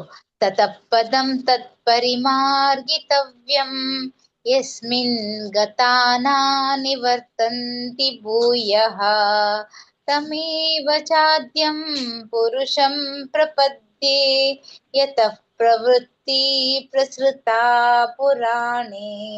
ಹರೇ ಕೃಷ್ಣ ಮಾತಾಜಿ, ಧನ್ಯವಾದಗಳು. ಹರೇ ಕೃಷ್ಣ ಮಾತಾಜಿ. ತತಃ ಪದಂ ತತ್ ಪರಿಮಾರ್ಗಿತವ್ಯಂ ಯಸ್ಮಿನ್ ಗತಾನ ನಿವರ್ತಂತಿ ಭೂಯಃ ತಮೇವ ಚಾದ್ಯಂ ಪುರುಷಂ ಪ್ರಪದ್ಯೆ ಯತಃ ಪ್ರವೃತ್ತಿ ಪ್ರಸೃತಾ ಪುರಾಣಿ. ಹರೇ ಕೃಷ್ಣ. ಹರೇ ಕೃಷ್ಣ. ನೆಕ್ಸ್ಟ್ ಮುಂದಿನ ಶ್ಲೋಕ 5ನೇ ಶ್ಲೋಕವನ್ನ ಕಾಂತಾಮಣಿ ಮಾತಾಜಿ, ಲಕ್ಷ್ಮೀ PM, ಲಲಿತಾ R ಪೂಜಾರಿ ಮಾತಾಜಿ ಇವರು 3 ಜನ ಹೇಳ್ಬೇಕು. ಶ್ರೀಮದ್ ಭಗವದ್ಗೀತೆ 15ನೇ ಅಧ್ಯಾಯದ 5ನೇ ಶ್ಲೋಕ. ನಿರ್ಮಾಣ ಮೋಹಾಜಿತ ಸಂಗ ದೋಷಾಃ ಅಧ್ಯಾತ್ಮ ನಿತ್ಯಾನ್ ವಿನಿವೃತ್ತ ಕಾಮಾಃ ದ್ವಂದ್ವೈರ್ವಿಮುಕ್ತಾಃ ಸುಖ ದುಃಖ ಸನ್ನೈಃ ದ್ವಂದ್ವೈರ್ವಿಮುಕ್ತಾಃ ಸುಖ ದುಃಖ ಸನ್ನೈಃ ಗಚ್ಚಂತ್ಯಮೂಢಾಃ ಪದಮವ್ಯಯಂ ತತ್. ಇದರ ಒಂದು ಉಚ್ಚಾರಣೆ ನಿರ್ಮಾಣ ಮೋಹ, ನೀಮಾನ ಮೋಹ ಅಂತ ಕರೀತಾರೆ ಇದಕ್ಕೆ. ನೀಮಾನ ಮೋಹ, ನಿರ್ಮಾಣ ಮೋಹ. ಹಾಗೆ ಹೇಳಿ, ನಿರ್ಮಾಣ ಮೋಹ ಜಿತ ಸಂಗ ದೋಷಾಹ. ಜಿತ ಸಂಗ ದೋಷ ಅಂತ 3 ಪದಗಳು ಬರುತ್ತೆ, ಬಟ್ ಹಾಗೆ ಹೇಳಿ. ಅಂದ್ರೆ ಜಿತ ಅಂದ್ರೆ ಗೆಲ್ಲುವಂಥದ್ದು, ದೋಷ ಮತ್ತೆ ಸಂಘ ಅಂದ್ರೆ ಸಹವಾಸ. ಕೂಡಿ ಹೇಳಿ. ಅಧ್ಯಾತ್ಮ ನಿತ್ಯ, ಅಧ್ಯಾತ್ಮ ನಿತ್ಯ, ಅಧ್ಯಾತ್ಮ ಒಂದ್ ಪದ, ನಿತ್ಯ ಒಂದ್ ಪದ, ಕೂಡಿ ಹೇಳಿ. ಅಧ್ಯಾತ್ಮ ನಿತ್ಯ ವಿನಿವೃತ್ತ ಕಾಮಾಹ. ಕೂಡಿನೇ ಹೇಳಿ. ವಿನಿವೃತ್ತ ಕಾಮಾಹ ದ್ವಂದ್ವೈರ್ವಿಮುಕ್ತಾಹ. ಇಲ್ಲಿ ದ್ವಂದ್ವೈಹಿ ವಿಮುಕ್ತಾಹ ಅಂತ 2 ಪದ ಬರುತ್ತೆ, ಕೂಡಿ ಹೇಳಿ. ದ್ವಂದ್ವೈರ್ವಿಮುಕ್ತಾಹ. ದ್ವಂದ್ವೈ ಇದಕ್ಕೆ ವವತ್ತು 52 ಇದೆ, ಆಮೇಲೆ ಹೇಳ್ಬೇಕು. ದ್ವಂದ್ವೈರ್ವಿಮುಕ್ತಾಹ ಸುಖ ದುಃಖ ಸನ್ನೈಹಿ. ಸನ್ನೈಹಿ ಗಚ್ಚಂತ್ಯ ಮೂಢಾಹ. ಸುಖ ದುಃಖ ಸನ್ನೈಹಿ ಇದನ್ನ ಬಿಡಿಸಿದಾಗ ಸುಖ ದುಃಖ ಒಂದು ಪದ, ಸನ್ನೈಹಿ ಒಂದು ಪದ, ಸನ್ನೈಹಿ. ಗಚ್ಚಂತ್ಯ ಮೂಢಾಹ. ಇಲ್ಲಿ ಗಚ್ಚಂತಿ ಅಮೂಢ ಅಂತ 2 ಪದ ಬರುತ್ತೆ, ಕೂಡಿ ಹೇಳಿ. ಗಚ್ಚಂತ್ಯ ಮೂಢಾಹ ಪದಮವ್ಯಯಂ ತತ್. ಪದಮವ್ಯವನ್ನು ಕೂಡ ಬಿಡಿಸಿದಾಗ ಪದಂ ಅವ್ಯಯಂ ಅನ್ನುವಂತ 2 ಪದ ಬರುತ್ತೆ, ಪದಮವ್ಯಯಂ ತತ್ ಅಂತ. ಸೊ ಇದರೊಂದು ಅರ್ಥ ತಿಳ್ಕೊಳ್ಳೋಣ. ನಿರ್ಮಾಣ ಮೋಹ ಚಿತ್ತಸಂಗ ದೋಷಾಹ. ನಿರ್ಮಾಣ ಮೋಹ ಅಂದ್ರೆ ಇಲ್ಲಿ ಈ ಒಂದು ಅಹಂಕಾರಕ್ಕೆ ಹೇಳ್ತಾ ಇರುವಂತದ್ದು, ನಮ್ಮಲ್ಲಿ ಇರುವಂತಹ ಮಿಥ್ಯಾಹಂಕಾರ. ಮಿಥ್ಯಾಹಂಕಾರ ಮತ್ತೆ ಮೋಹ. ಆದ್ರೆ ಇಲ್ಲಿ ಹೇಳ್ತಾ ಇರುವಂತದ್ದು ನೀ ಅಂತ ಯಾವಾಗಿರುತ್ತೋ ಅದು ನಿಹಿ ಮಾನ ಮೋಹಾಹ ಅಂತ ಕರೀತಾರೆ. ನಿಹಿ ಮಾನ ಮೋಹಾಹ. ಮಾನ ಅಂದ್ರೆ ಇಲ್ಲಿ ಅಹಂಕಾರ ಮತ್ತೆ ಮೋಹವಿಲ್ಲದಿರುವುದು ಅಂತ ಹೇಳಿ. ಸೊ ಇಲ್ಲಿ ನಿಹಿ ಅಂತ ಹೇಳಿದ್ರೇನೆ ಇಲ್ಲ ಅಂತ ಅರ್ಥ. ಏನಿಲ್ಲ, ಅಹಂಕಾರ ಮೋಹ ಇಲ್ಲ ಅಂತ. ಜಿತ ಸಂಘ ದೋಷಾಹ, ಜಿತ ಅಂತಂದ್ರೆ ಜಯಿಸಿರುವಂಥದ್ದು. ಏನನ್ನ? ಆಸಕ್ತಿಯ ದೋಷವನ್ನ, ಆಸಕ್ತಿಯ ದೋಷವನ್ನ ಜಯಿಸಿದವರು ಅಂತ ಹೇಳಿದ್ರ ಅರ್ಥ. ಒಟ್ಟಲ್ಲಿ ಏನರ್ಥ ಕೊಡುತ್ತಂದ್ರೆ ಈ ಒಂದು ಸೆಂಟೆನ್ಸು, ಅಹಂಕಾರ ಮತ್ತು ಮೋಹವನ್ನ ತ್ಯಜಿಸಿ ಆಸಕ್ತಿಯ ದೋಷವನ್ನ ಜಯಿಸಿದವರು ಅಂತ ಹೇಳಿ. ಅನಾಸಕ್ತ ಶಸ್ತ್ರದಿಂದ ನಾವು ಆ ಒಂದು ಇದನ್ನ ಕಡಿಬೇಕು ಅಂತ ಹೇಳಿ ಈಗಾಗ್ಲೇ ಶ್ಲೋಕದಲ್ಲಿ ನಾವು ನೋಡಿದ್ವಿ. ಸೊ ಹೀಗೆ ಅದಕ್ಕಾಗಿ ಈ ಆಸಕ್ತಿ ಅನ್ನುವಂಥ ದೋಷ ಅಂತ ಇಲ್ಲಿ ಹೇಳ್ತಾರೆ. ಸೊ ಈ ಅಹಂಕಾರ ಮೋಹವನ್ನ ತ್ಯಜಿಸಿ ಆಸಕ್ತಿಯ ದೋಷವನ್ನ ಜಯಿಸಿದವರು ಅಧ್ಯಾತ್ಮ ನಿತ್ಯ ವಿನಿವೃತ್ತ ಕಾಮಃ. ಅಧ್ಯಾತ್ಮ ನಿತ್ಯ ಅಂದ್ರೆ, ಅಧ್ಯಾತ್ಮ ಅಂದ್ರೆ ಇಲ್ಲಿನ ಆತ್ಮಜ್ಞಾನಕ್ಕೆ ಹೇಳ್ತಾ ಇರುವಂಥದ್ದು. ಅಂದ್ರೆ ಅಧ್ಯಾತ್ಮದಲ್ಲಿ ಜ್ಞಾನ, ಆದಿ ಆತ್ಮ, ಆತ್ಮಜ್ಞಾನದಲ್ಲಿ ನಿತ್ಯ ಅಂದ್ರೆ ಸದಾ ಸ್ಥಿರವಾಗಿರುವಂಥದ್ದು. ಆಧ್ಯಾತ್ಮ ನಿತ್ಯ, ಆತ್ಮಜ್ಞಾನದಲ್ಲಿ ಸದಾ ಸ್ಥಿರವಾಗಿರುವಂಥದ್ದು. ವಿನಿವೃತ್ತ ಕಾಮಃ. ವಿನಿವೃತ್ತ ಅಂದ್ರೆ ಈ ಸಂಘ ಇಲ್ಲದೆ ಇರುವಂತದ್ದು. ಎದಕ್ಕೆ? ಕಾಮದ ಸಂಘ, ಕಾಮದ ಸಂಘವಿಲ್ಲದೆ ಇರುವಂತದ್ದು. ಅಥವಾ ಇಲ್ಲಿ ಕಾಮ ಅಂದ್ರೆ ಕೇವಲ ದೈಹಿಕವಾದದ್ದಲ್ಲ, ಇದು ಭೌತಿಕ ಆಸೆಗಳಿಗೆ ಸೇರಿರುವಂತದ್ದು. ಆ ಕಾಮನಿಗೆ ಹೇಳ್ತಾ ಇರುವಂತದ್ದು. ಭೌತಿಕ ಆಸೆಗಳಿಂದ ಸಂಪೂರ್ಣವಾಗಿ ದೂರವಾದವರು ಅಂತ ಅರ್ಥ. ಅದಕ್ಕಾಗಿ ವಿನಿವೃತ್ತ ಅಂತ ಹೇಳ್ತಾರೆ.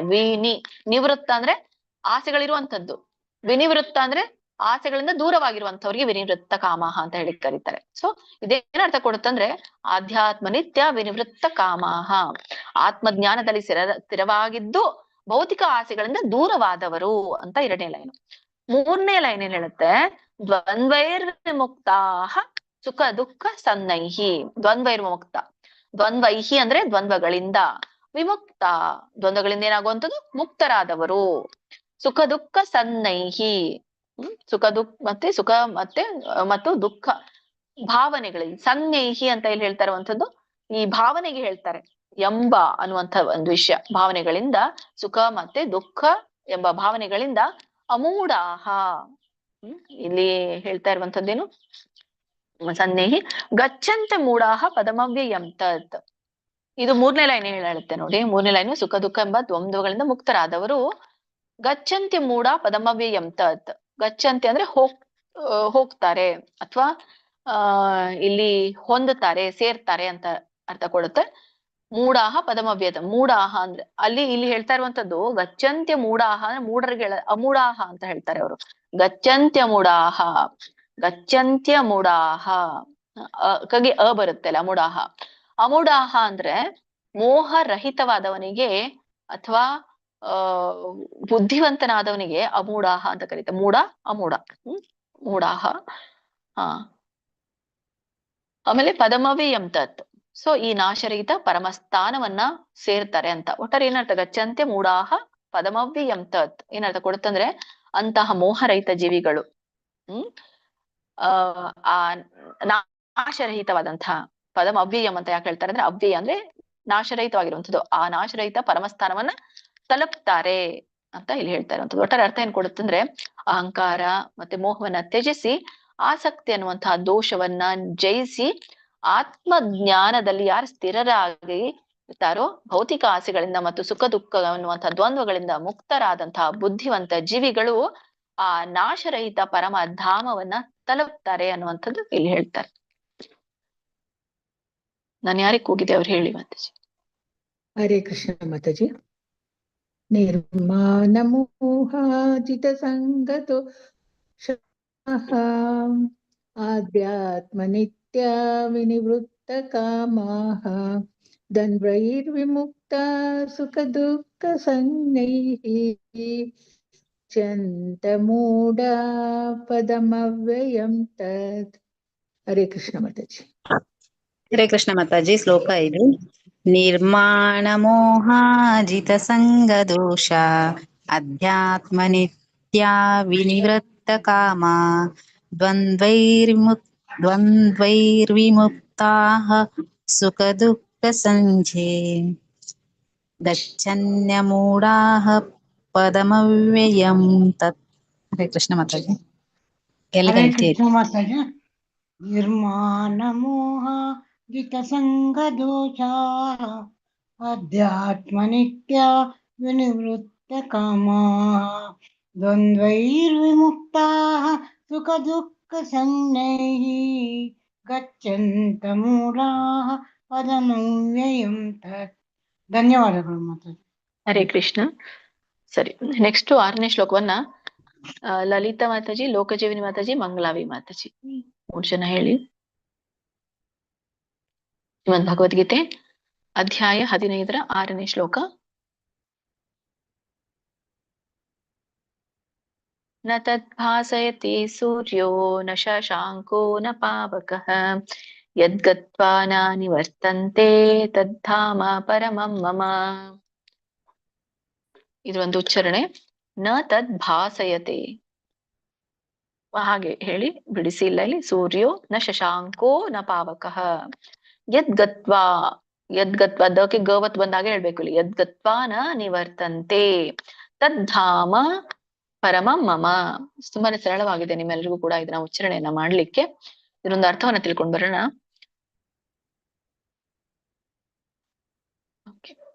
ನ ತದ್ಭಾಸಯತೆ, ನ ತದ್ಭಾಸಯತೆ ಸೂರ್ಯಃ ಅಥವಾ ಸೂರ್ಯೋ.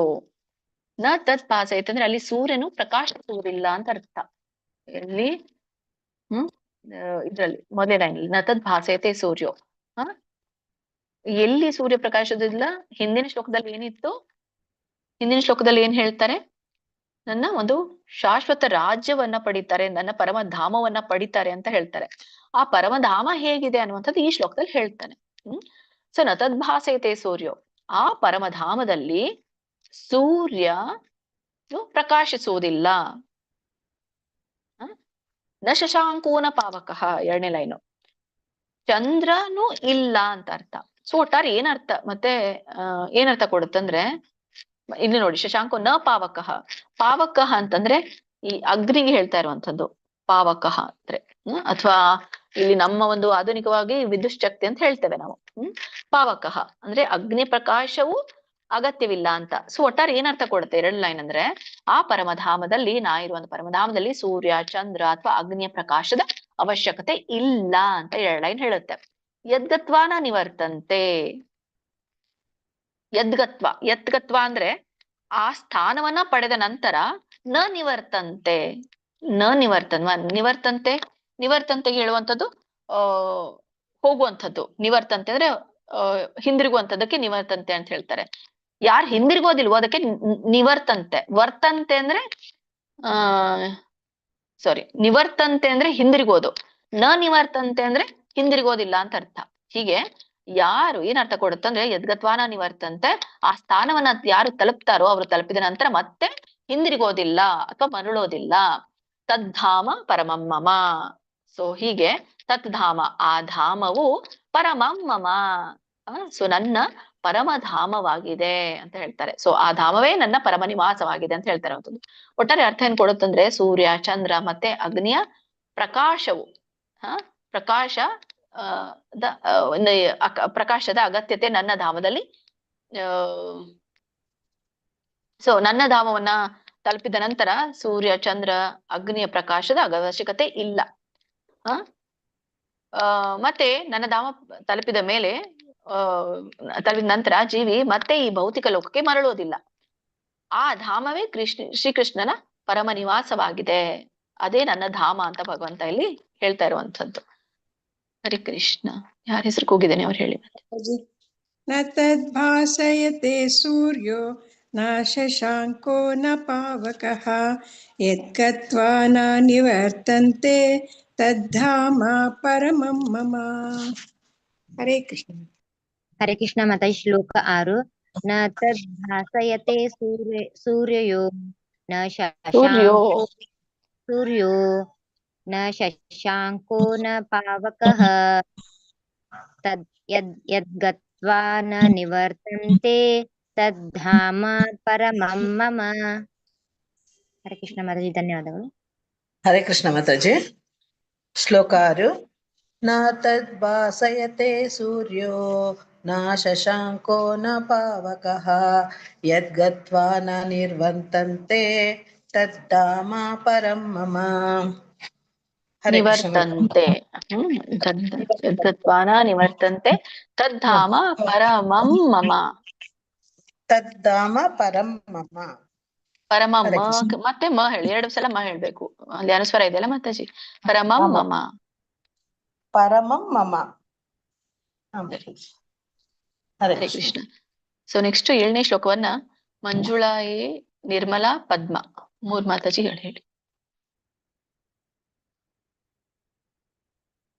ಶ್ರೀಮದ್ ಭಗವದ್ಗೀತೆ ಅಧ್ಯಾಯ 15ರ 7ನೇ ಶ್ಲೋಕ. ಮಮೈವಾಂಶೋ ಜೀವಲೋಕೆ ಜೀವಭೂತಃ ಸನಾತನಃ ಮನಃಷಷ್ಟಾನೀಂದ್ರಿಯಾಣಿ ಪ್ರಕೃತಿಸ್ಥಾನಿ ಕರ್ಷತಿ. ಉಚ್ಚಾರಣೆ ಮಮೇವಾಂಶೋ,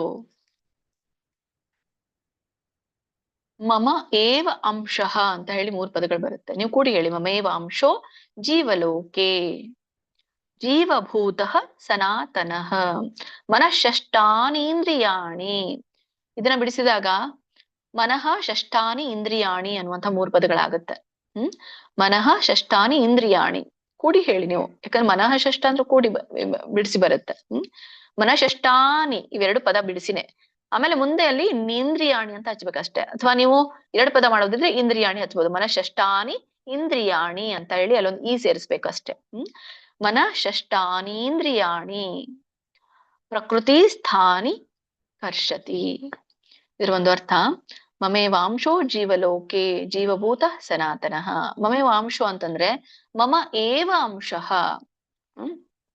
ಇಲ್ಲಿ ಯಾಕೆ ಹೇಳ್ತಾ ಇರುವಂತದ್ದು, ಈ ನನ್ನದೇ ಅಂಶ ಅಂತ. ಮಮ ಏವ ಅಂಶ, ಅದು ನನ್ನದೇ ಅಂಶ. ಏನು? ಜೀವಲೋಕೆ ಜೀವಿಗಳ ಲೋಕದಲ್ಲಿ ಅಂತ.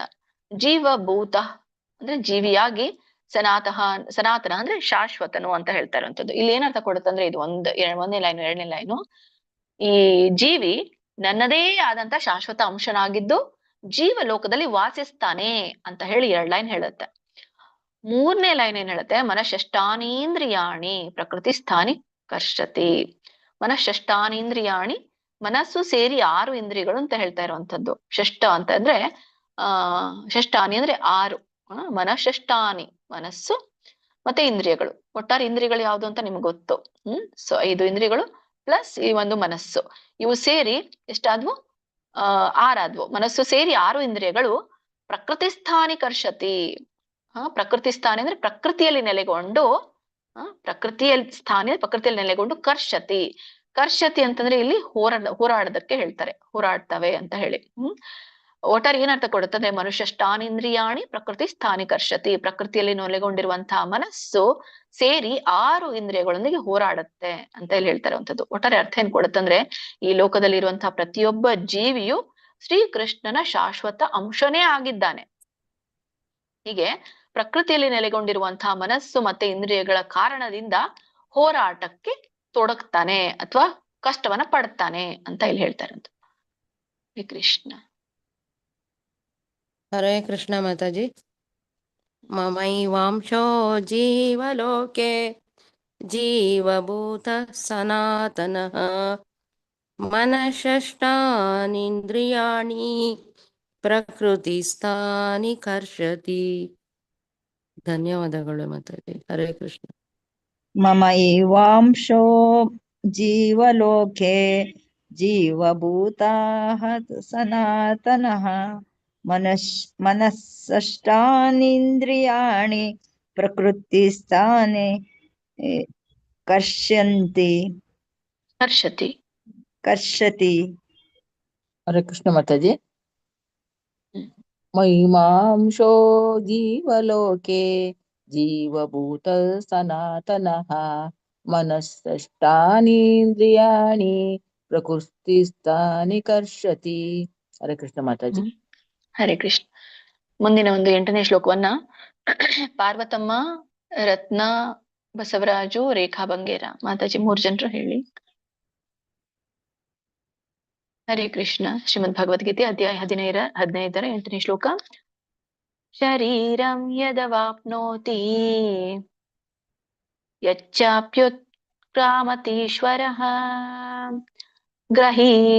ಗೃಹೀತ್ವೈತಾನಿ ಸಂಯಾತಿ ವಾಯುರ್ಗಂಧಾನಿ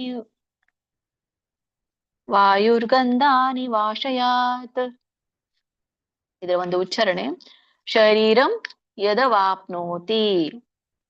ಯದವಾಪ್ನೋತಿ ಬಿಡಿಸಿದಾಗ ಯತ್ ಅವಾಪ್ನೋತಿ ಅಂತ ಬರುತ್ತೆ. ಕೂಡಿ ಹೇಳಿ ಯದವಾಪ್ನೋತಿ ಯಚ್ಚಾಪ್ಯೋತ್. ಯಚ್ಚಾಪ್ಯೋತ್ ಅಲ್ಲಿ ವ್ಯಂಜನ ಇದೆ ತಕ್ಕೆ ಯಚ್ಚಾಪ್ಯೋತ್. ಇದನ್ನ ಬಿಡಿಸಿದಾಗ ಯತ್ ಚ ಅಪಿ ಅಂತ ಬರುತ್ತೆ. ಯತ್ ಚ ಅಪಿ ಯಚ್ಚಾಪ್ಯೋತ್. ಮತ್ತೆ ಇಲ್ಲಿ ಕ್ರಾಮತೀಶ್ವರ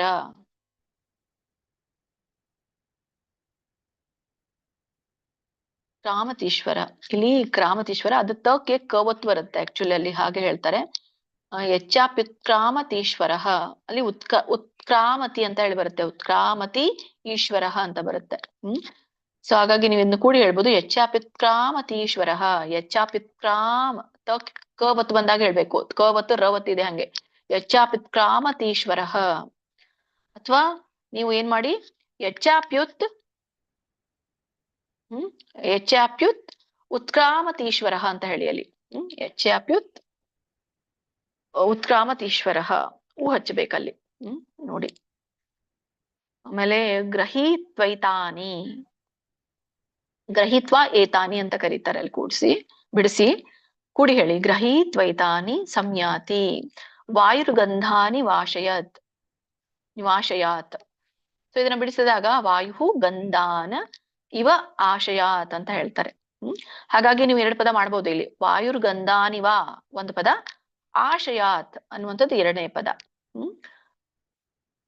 ಇಲ್ಲಿ ವಾಯುರ್ಗಂಧಾನಿವ ಅಂತ ಹೇಳಿ ವಾ ಹೇಳ್ಬೇಡಿ. ಯಾಕಂದ್ರೆ ಅದು ಅದಕ್ಕಿರುವಂತಹ ಆ ಸ್ವರ ಮುಂದಿನ ಪದಕ್ಕೆ ಹೋಗುತ್ತೆ. ಅಲ್ಲಿ ಅವಗ್ರಹ ಒಂದಿದೆ, ಮತ್ತೆ ಇನ್ನೊಂದು ಆ ಮುಂದಿನ ಪದಕ್ಕೆ ಹೋಗುತ್ತೆ. ಹಾಗಾಗಿ ಆ ಆಗತ್ತೆ ಆ ಪದ. 2 ಅವಗ್ರಹ ಇದ್ರೆ ಆ ಆಗತ್ತೆ, 1 ಅವಗ್ರಹ ಇದ್ರೆ ಆಗತ್ತೆ. ಸೊ ಅಲ್ಲಿ ಒಂದಿದೆ, ಮತ್ತೆ ಹಿಂದಿನ ಒಂದು ವಾ ಜೊತೆ ಇರುವಂತ ಆ ಸ್ವರ ಕೂಡಿದೆ ಇಲ್ಲಿ.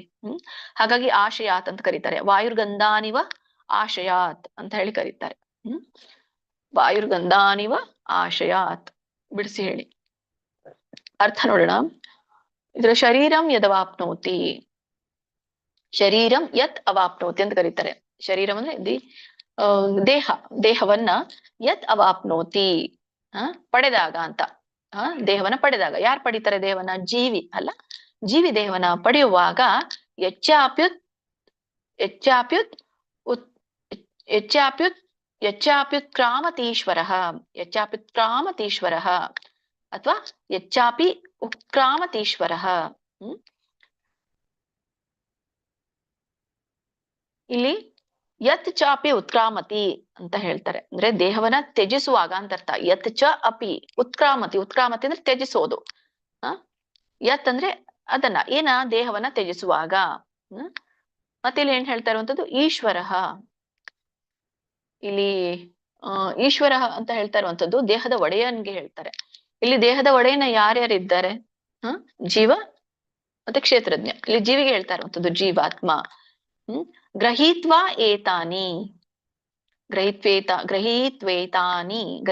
ಏತಾನಿ ಸೊ ಇಂದ್ರಿಯಗಳನ್ನ ಪಡೆದು ಸಂಯಾತಿ ಅಂದ್ರೆ ಹೋರಾಡ್ತಾನೆ ಅಂತ ಹೇಳಿ. ಸೊ ಏನ್ ಅರ್ಥ ಕೊಡುತ್ತೆ? ಗ್ರಹೀತ್ವೈತಾನಿ ಸಂಯಾತಿ ಇಂದ್ರಿಯಗಳನ್ನ ಪಡೆದು ಹೋರಾಡ್ತಾನೆ.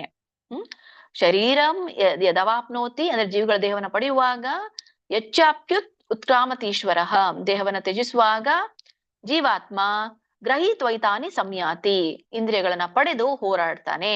ವಾಯುರ್ಗಂಧಾನಿ ಆಶಯಾತ್ ಹೀಗೆ ಗಾಳಿ ಸುಗಂಧ ಹೇಗೆ ಹೊತ್ಕೊಂಡು ಹೋಗುತ್ತೋ ಅಂತ ಅರ್ಥ. ವಾಯುಗಂಧಾನ್ ಇವ.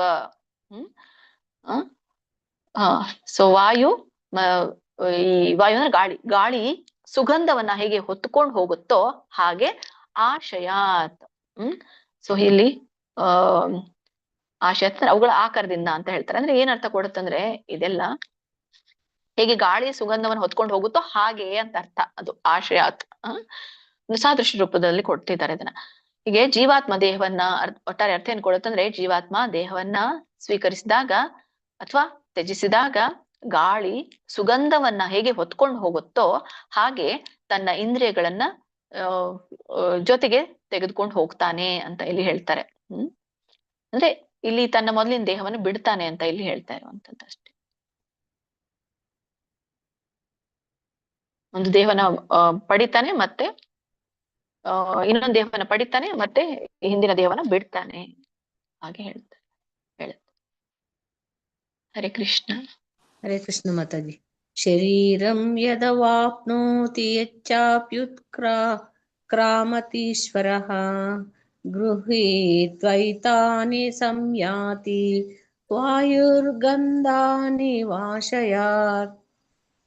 ಹರೇ ಕೃಷ್ಣ. ಧನ್ಯವಾದಗಳು ಮಾತಾಜಿ. ಹರೇ ಕೃಷ್ಣ. ಹರೇ ಕೃಷ್ಣ ಮಾತಾಜಿ.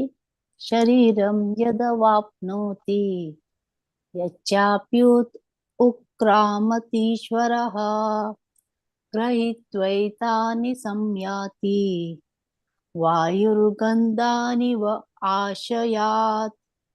ಹರೇ ಕೃಷ್ಣ ಮಾತಾಜಿ. ಧನ್ಯವಾದಗಳು. ಹರೇ ಕೃಷ್ಣ ಮಾತಾಜಿ. ವಾಯುರ್ಗಂಧಾನಿವ ಇಲ್ಲಿ ನೀವು ಬಿಡಿಸುವ ವಾಯುರ್ಗಂಧಾನಿವ ಆಶಯಾತ್ ಗ್ಯಾಪ್ ಮಾಡೋರಿದ್ರೆ ಹಾಗೆ ಹೇಳಿ, ವಾಯುರ್ಗಂಧಾನಿವ ಆಶಯಾತ್. ಅಥವಾ ಕೂಡಿ ಹೇಳೋದ್ರೆ ವಾಯುರ್ಗಂಧಾನಿವ ಆಶಯಾತ್, ಕೂಡಿ ಹೇಳೋರಿದ್ರೆ ಹಾಗೆ ಹೇಳಿ. ಹೇಳಿ ಮಾತಾಜಿ. ರತ್ನ ಮಾತಾಜಿ ಹೇಳಿ.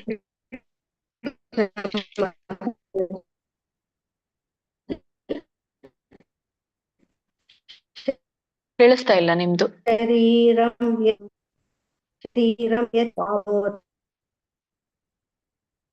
ಇಲ್ಲ ಇಲ್ಲ ನಿಮ್ಗೆ ಕೇಳಿಸ್ತಾ ಇಲ್ಲ.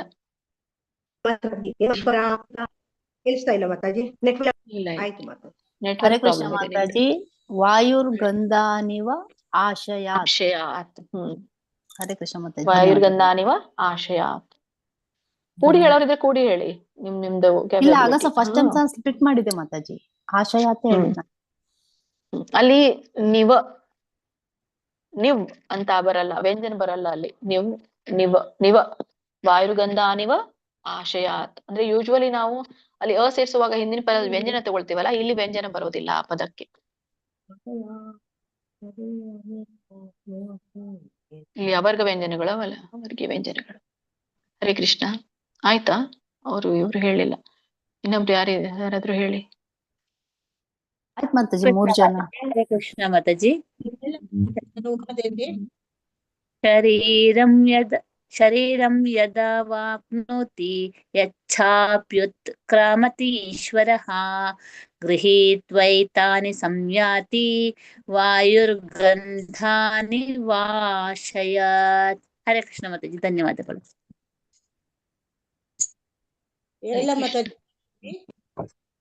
ಹೇಳಿ.